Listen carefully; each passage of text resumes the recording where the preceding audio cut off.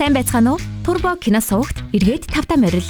Бид энэ удаа 2018 онд үзэгчдийн хүртэл болж байсан Гинтийн мөрдөгчд киноны 2 дугаар ангийг та бүхэндээ ярьж өгөх гэж байна. Киноны талаар товчхон танилцуулахад Дайман болон Домогт цагаан акул хүчит мөрдөгч тайлсунаар хэргийн сэжүүрээр танилцсан. Цаашлаад хоёлаа ажлаа орхин хувийн мөрлийн газар байгуулдаг.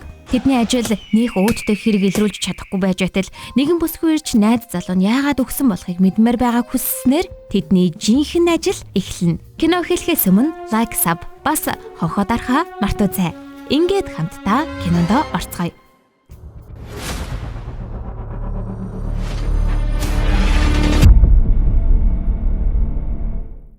Кино эхлэхэд жухмал бибидээ баяр хүргээд алаад өгье гэж эхлэх гэлээ. Өдөр хоног өнгөрөх тусам тэдний ажлаар ялаанаас өөр орхон амтанч болтдоггүй. Ер нь бол 2018 онд хувийн мөрдлөгийн тухай хуульдч байгаагүй байсан юм байна л дээ. Яаж ч энэ ажлыг хийн гэж бодсон байгаа. Манай хоёрын давуу тал нь сэтгэл, асуул тал нь хэтэрхий хөөрөв юм билээ. Арай гэж нэг хүн орж иртэл манайхаар үйлчлүүлээрээ ирж хоол идэрээ гэж авсан. Сэтгэлээр унсан нөгөөх маань зарлын худас тараасан хүн дээрээ мөрдлөгийн задлан хийснийг нь харахаар супер мөрдөгч юм шиг. Эдний хамтгүй 12 цаг 25 минут болж байна. Эд завгүй цагаар тогооч нь өөрөө гарч ирээд сурталчилгааны худас тарааж байгаа газар яаж амттай байх вэ? Тогооч нь гэж юу? Худас тарааж байх үед гарыг нь хараагүй мүү? Арьс нь хууларч гисэн яг тогоочийн гар байсан. Бас тэр усны гутал. Гадаа нартай байхад яагаад усны гутал өмснө гэж бодов? Галтайгоонд ус их байдаг учраас тогооч нар өмсдөө. Тэгтэл нөгөөх маань үгүй сүүлийн үед хүргэлтийн ажилчид ч гэсэндээ усны гутал өмсдөг болцсон штэ гэхэд энэ сурталчилгааны хуудсан дээрх нэр Кан Дунвон гэж байна. Хаалганы завсараар харагдаж байгаа төмөр савн дээр мөнгөн банжон санахгүй юм уу? Офис нэх үед хүргэлтийн хоол ирсэн штэ. Тэр чинь мөнгөн банжон гэсэн хаягтай байсан штэ. Яагаа вэ? Нөгөө гурван хачиртай амтгүй ийм их сэжүр байхад чи одоо ичээж тэгснэ хувийн мөрдлөгийн газартай гэдэг байгаа шүү. Гэх мэтчлэн яриа өрнөн. Орлогогүй болохоор л би биегээ мяалаад идээд байгаа царайн юм байна л да. За нөгөө хоёрын маань маркетинг эхэлнэ. Үгүй энэ хоёр чи одоо ядж яхад бүтлгүй маа. Эмхтэй 0 орж зарлын хуудасаа нааж агаад цагдаад баригдчих юм. Үгүй яах вэ? Манай том маань цагдаа байсан учраас эвтэйхэн аргалаад гарчихдаг. Яг тэр үеэр нэг эмхтэй би танараас үнэхээр их гууж байна штэ гэд цагдаа гууж говшаад цагдаа төвөгшөөхтэй зэрэгцэн манай жижиг нэрийн хуудасаа өгч амждаг. Ер нь бол цагдаагаараа эргэлдэж янз бүрийн дэлсүүлт хэрэг хайж явсараа байгаад цагдаа нар ч гэсэн манай хоёроос залхчихсан. Ашгүй манай хоёр дээр үйлчлүүлэгч орж ирнэ. Түрүүн цагдаагийн газрын үүдэнд нэрийн хуудасаа өгсөн бүсгүй байв. Нөхөр нь жирэмсэн ихнэртэй жимс авч ирэхээр гараад ирээгүй учраас ихнэр нь цагдаад алга болсон гэд дуудлага өгчхөд сураг хүлээж явахт нь галт иргэнд дайруулан нас барсан гэж хэлсэн байлаа. Асрамжийн газар өссөн олон найзаг учраас ажил дээр нь хүртэл очиж асуугаад хинч мэдэхгүй гэсэн хэрнээ хэд хоногийн дараа галт иргэнд дайруулж нас барсан гэсэн. Мөн тэгээд хамгийн сэжигтэй нь амьдрдаг байсан асрамжийн газрынхан захирал нь таниад чандралсан гэж хэлээд цагдаа нар тоогчгүй байгаа талаар ярьдаг. Хэргийг онцгойлон үзэхгүй бараг явуулах гээд мөнгө их орондоо өнтер гэсэн бүсгүй харин 50 сая вон болох уу гэд гаргаад ирдэг. Олигтой хэрэг аваагүй манай хоёр бөөн баяр болдсон байгаа зү. Ингээд ээдрээтэй хэргийг мөрдөж эхлэхин тэр. Хамгийн ихэнд нь цагдаад өдөр очиод хэргийн талаар энэ яасан ийсэн талаар нэг-нэгэнгүй асуудаг. Эхлээд асууж байснаас сүүлдээ бараг загнаад дуусчихдаг. Яаж яхад манай энэ том атмаанаа анхнаасаа хоёулаа ажлаа болоод нээн гэсэн боловч манай том ажлаасаа зүгээр л амралт авчихсан гэдгийг мэдээд хэсэгтээ муудалцаад бөө юм болдог.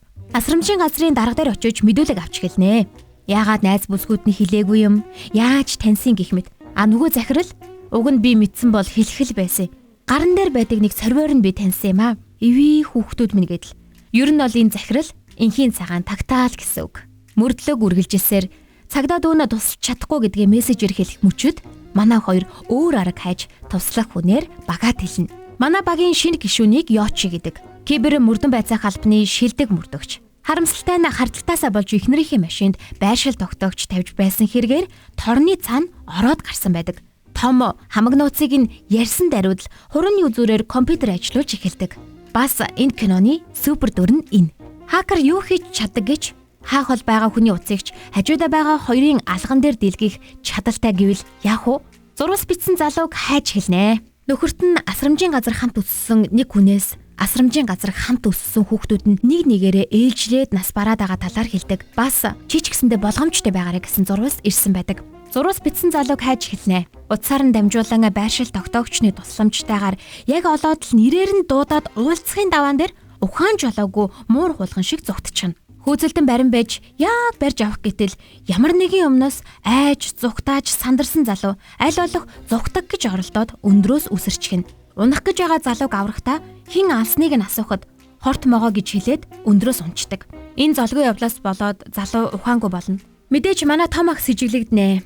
Камерын тусламжтайгаар гимгүүгээ харин баталчихна. Уу Чорун, Ким Жэхи, Ким Жэри цонхон дээр байгаа нэрс.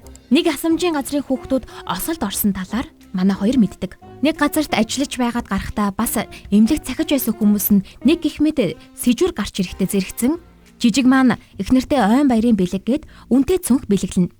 Нөгөө киберчний отолт хэлэхээр эмнэлэг дээр үлдээсэн байдаг. Манай хоёр хохирогчийн ажиллаж байсан үйлдвэрт ирэн хорт могоог асууна. Тэгсэн нөгөө ажилт нь мэднэ гин шүү. Чуэ Симбу гэдэг хүнтэй уулзах хүсдэг. Гэтэл тэр хүн хариулж чадхааргүй хэргийн бус хүн байлаа. Үүнтэй зэрэгцэн Ким дарга гэдэг хүн элдв янзын асуултанд хариулан хальт гараад явна. Гэхдээ манай хоёр шууд биш байна гэдгийг анзаардаг. Нөгөө кибер залуучин совилогчиг өөртөөгөө сэтгэнээд байна гэж бодтол уух юмд нь нойрны юм хийсэн байсныг унтаж сэрээд л ойлгодог. Харин сэрэгтэн нөгөө ухаан алдсан залууг өгсөн гэж хэлсэн хэмээн нөгөөх маань зогсож байдаг. Ер нь л учир битүүлэг хэрэгүүдтэй Ким дарга холбоотой болж таардаг. Ким дарга гэмт хэрэгтэн эсвэл хамсаад нь байгаа гэдэгт бат итгэлтэй болдог. Учир нь бүх сэжүр Ким дарга руу хөтлөөд байгааг эргэн санана. Сүүлийн залуугийн оршуулгын ёслолд манай хоёрыг очиход бас л нөгөө асрамжийн газрын захирлын охин нь байхан тэр. Том гихтээ энэ хэрэг нэг л биш байгаа бас тодорхой биш байгаа талаар хоорондоо ярилцаж байхдаа даатгал хийлгэж байсныг нь олж мэддэг. Үйлдвэрийн ослын даатгалд Ким дарга холбоотой гэж үзэн цагдаад саатуулагдана. Асрамжийн газрын захирал ирэн яагаад ийм хэрэг хийчихв? Эхнэрийг чинь харж ханднаа надад хэцүү бол хэлэхгүй дээ гэх мэт матрын нулимс хоорондоо ундгалцав. Уулзснаасаа хойшоогоо хүүхэд өвдөөд би хийсэн юм а гэдэл хэрэгээ шууд хүлээж өгдөг. Цагдаа нар ч гэсэндээ томд баярлаа. Та байгаагүй бол бид энэ хэргийг илрүүлж чадахгүй байлаа гэд баярлснаа илэрхийлдэг. Тэгсэн ч том нэг л яоцгүй байлаа. Кадр солигдоод хэрэг илрүүлсэн мөнгөтэй болсон гэд баярлаад гэртээ ортвол номын дэлгүүрээ зарсныг нь мэдээд гэрийн том босд барьж идүүлнэ. Харин нөгөө талд том маань эхнэртэй эвтэйхэн ажил сайн байгаа талаараа хэлтэл эхнэр нь цаанаалаа зуулттай өнгөрөөнө. Дараа өдөр нь кибер залуу нөгөө хоёрт маань хийж өгсөн ажлынхан хөлсийг авахын тулд машинд нь чагнах төхөөрөмж байршил тогтоогч тавьчихсан гараад ирнэ. Хамаг амьдралыг нь тоочоол инээж байгаа сүрдүүлээд байгаа ч юм шиг нэг л эвгүй. Гэхдээ манай хоёр уг нь бол анханасаа хувь амлчихсан л да. Мэдээгээр амь татгалын мөнгнөөс болж 3 хүний амьд хүрчээ гэхийг нь сонсоод бидний мэдээгээд харж байтал Ким даргын гар нь салаад унчихдаг. Байдал нэг л биш болоо явчлаа шүү. Тэгээд цагдаа дээр очиод холбоотой мэдээллүүдийг дахиж үзэхээр ямар ч холбоогүй болох нь нүдэн дээр нь ил байдаг. Та нар илүү сайн шалгахад яад ингээд том уурлаад мөрдлөг дуусаагүй үргэлжилдэг. Ким даргын эхнэрийн бие нь муу эмнэлэгт байдаг. Бага эмнэлэгт нь ирэхэд хизээний шилжүүлсэн байлаа. Энэ хэрэгтэй асрамжийн газрын захирлыг шууд сэжгэлдэг.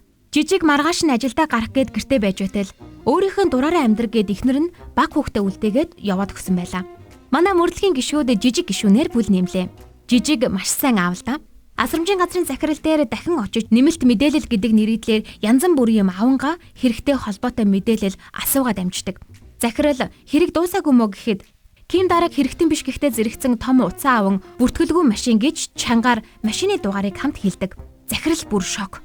Том харин яг энэ үед сэжүр аван гарч явна. Мөрдлөг үргэлжлүүлэн нөгөө эмнэлгийг шалгадаг. Жижиг гишүүн унтаж байгаа учраас шинэж ярьж байхад кибер гой гаднаас орилоод ороод ирнэ. Өгсөн төлбөрөө буцааж аавна гэдгийг чагнаад сууж байгаа байхгүй юу? Амар ч юм шиг те. Ингээд хамтдаа үргэлжлүүлэн хэрэгэ мөрдөнө. Жижиг гишүүнээ аван манай жижиг гэрте харж явахт нь том хүүг нь хэдэн үл бүтэх хүмүүс хулгайлах гэж байгаад гэр бүлэрээ тэмцэлдэн хүүгээ авч үлдэнэ. Бөөн уйлаа. Яагаад одоо ирж байгаа юм бэ? Чамд яаж хүүгээ би үлдээх юм бэ? Ээлдээ авч өгсөн цүнх бас яаж байгаа юм бэ? Манай кибер совилогчтойгоо сэдгэнэн тагнуул хийж байхад нөгөө асрамжийн газрын захирлын охин явхтаа таардаг. Мэдээж кибер зүгээр өнгөрөхгүй нэгжлэг ийн. Тэгж байхдаа толинд туссан өөрийнхөө муухай царинаас зочиж энтер. Ядж яхад бүтэлгүй манай хүн харуулд нь баригдчихна. Томтой захирлын хүүхэд ирж уулзнаа хувцас тайлж ураад гүүж мүгээд жүжиг болж өгнөө. Тэгсэн яасан? Түр саатуулахад нөгөө харуулд баригдсан кибертэйгээ уулздаг. Нөгөө талд жижиг ихнэрээсээ өвдөг сүгдэн гуйж зайл гэсэн зөвшөөрлийг авч чаддаг. Хүүн дэмжин аавда буугааж өгч явуулна. Далимдуулаад өгсөн цүнх нь хуурамчаа гэж хэлээд амжина. Яаж буцаж гэртээ орноо? Түр саатуулах дээр жижиг очтол том олсон мэдээлэл хэлнэ. Багаас нь бидэнд сайн анхаарад томорхоор нь үйлдвэрт оруулан цаашлаад өөрсдөө гимтээгээд дараа нь өөрсдийн имлэгт аваачин эргэтэн зардаг. Бас анх мөрдөж эхэлсэн залуу нь амьд гэж хэлдэг. Нөгөө амьд байгаа залуугийн эргэтэнг өнөөдөр шилжүүлж авах гэж байгааг мэдээд яаж гарахаа бодож байтал нөгөө цагдаагийн хэлцийн дарга багаараа орж ирээд гарахт нь тусалдаг. Асрамжийн газрын захирал тансаг машинтайгаа явж байгаад томд баригдана. Баригдсанаа бантаад мөнгө өгье. Угаасаа өхөх хүүхдүүд сайн хүмүүст эргэтнээ өгөөд буцаж болно штэ гэж мэгэл. Том маань уурлаа заандаа давтал захилгаан борохоогоор ухаан алдуулаад тариа шагчихна. Харин онгоцны будал дээр захирлын охиныг нөгөө хоёр маань хөөсөөр машиныг нь дагах гэтэл мотоцикла бүр хойно тэр зогсоол дээр нь тавьчихсан байж энтер. Гэхдээ л хаа байгаа газрын сэжүүрээр нь хөөсөөр байгаад олоод ирдэг. Тас харанхуй хуучин байшин орох боломжгүй. Гэхдээ боломжгүй зүйлийг боломжтой болгож манай хоёр удирдлагатай машин оруулчихдаг. Гисэн ч удаа явахгүй л дээ. Харуулуудад нь хөөгдөж явж байгаад нөгөө машин дээр суулгасан камерт нь том маань харагддаг. Томоо харсан жижиг мотоциклтойгоо дотогшоо нэвтэрч орох санал хэлтэл 30 саяын үнэтэй 47 сарын зээлтэй хэмээн уйлан дуурхийг үл анзааран давхиад орчив. 30 сая воно дуудан кибер орилготой зэрэгцэн дайсны тал орилолдон гарч ирнэ. Нөгөө цагдаагийн анхлах харин манай Томыг асуудалд орсныг мэдээд багаа хөдлөгдөг. Урд анхаарал татаж байхад ард кибер захилгаан татаж цаг хожино. Энэ үед азар хагалгаа төр саатдаг. Харанхууд тэмтчиж яваад асрамжийн газрын нөгөө охинд кибер зодуулцдаг. Энэ үед Том сэрэн зодоонд оролцож нөгөө охиныг шидлэж өгнө. Заста кино л юм да. Манай гурав харанхууд уулзаад бөөн баяр болохтой зэрэгцэн сүртэй хонглоор яваад орно. Үзүүрт нь сүх байрсан сүртэй залуугийн өмнөөс кибер болон нөгөө жижиг маань хүүгийнхээ өгсөн бууг харуултал сүхээ хаяад гүгээд явчихдаг. Цаашлаад хагалгааны өрөөг олоод очтол асрамжийн газрын захирал буу гаргаад Томыг буудах гэтэл жижиг урдуур нь ороод буутуулчихдаг. Том захирлыг бүр балб нүдээд харин жижиг дээр очиход жижиг бараг л ам тавьж байла. Гаднаас кибрийг ирэхийг харсан жижиг сэргснээ. Чи одоо ирээд ахтай яад юм бэ? Намайг манай ихнэр гэмтэж болохгүй гэсэн штэ гэдэл өглөж өгнө. Манай кибер хойно үлдсэн биш. Цагдаа нарт замчлаад хүрээд ирэхгүй юу? Цагдаа нарч ирж дайснуудыг авч явахтаа зэрэгцэн кибер бөөн уйлаа. Яг нөгөө үнтэй зээлтэй мотонд будаа. Имлэгт манай хоёр мэдээгээр илрүүлсэн хэрэгээ хараад сууж байтал жирэмсэн ихнэрээ дагуулад нөгөө залуу маань ороод ирдэг. Бид хоёр мөнгөө буцааж авахгүй анхнаасаа л амлсан шүү дээ гэд буцааж өгөх гэтэл манай Том хэрэггүй гэд буцаагаад өгчдөг. Харин жижиг маань мөнгөнийхөө хоноос бүр татлаа. Гэтэл акул сонсох төхөөрөмж тавьсан байсныг манай Том аль хэдийн мэдлгүй яах вэ? Тэр төхөөрөмжийг авснаа даатгалын нөхөн төлбөр гээд 200 сая вонто байснаа харуулдаг. Киберт хэлж болохгүй шүүгээд хоорондоо ярьж байтал манай кибер аль үжээ сонсож байвал яах вэ? За ингээд сонирхолтой хэргийн ард гарсан манай хэдийн дараагийн хэрэг 100 саяар муур олох байлаа. Турба кино суугтай хамтдаа байсан сонсогч танд баярлалаа. Бидний санал болгож байгаа киног та заавал бүтнээр нь үзээрэй. Мэдээж манай суваг танд таалагдвал лайк, саб бас хонхоо дараарай. Дараагийн дугаараар уулзтлаа. Түр баяртай.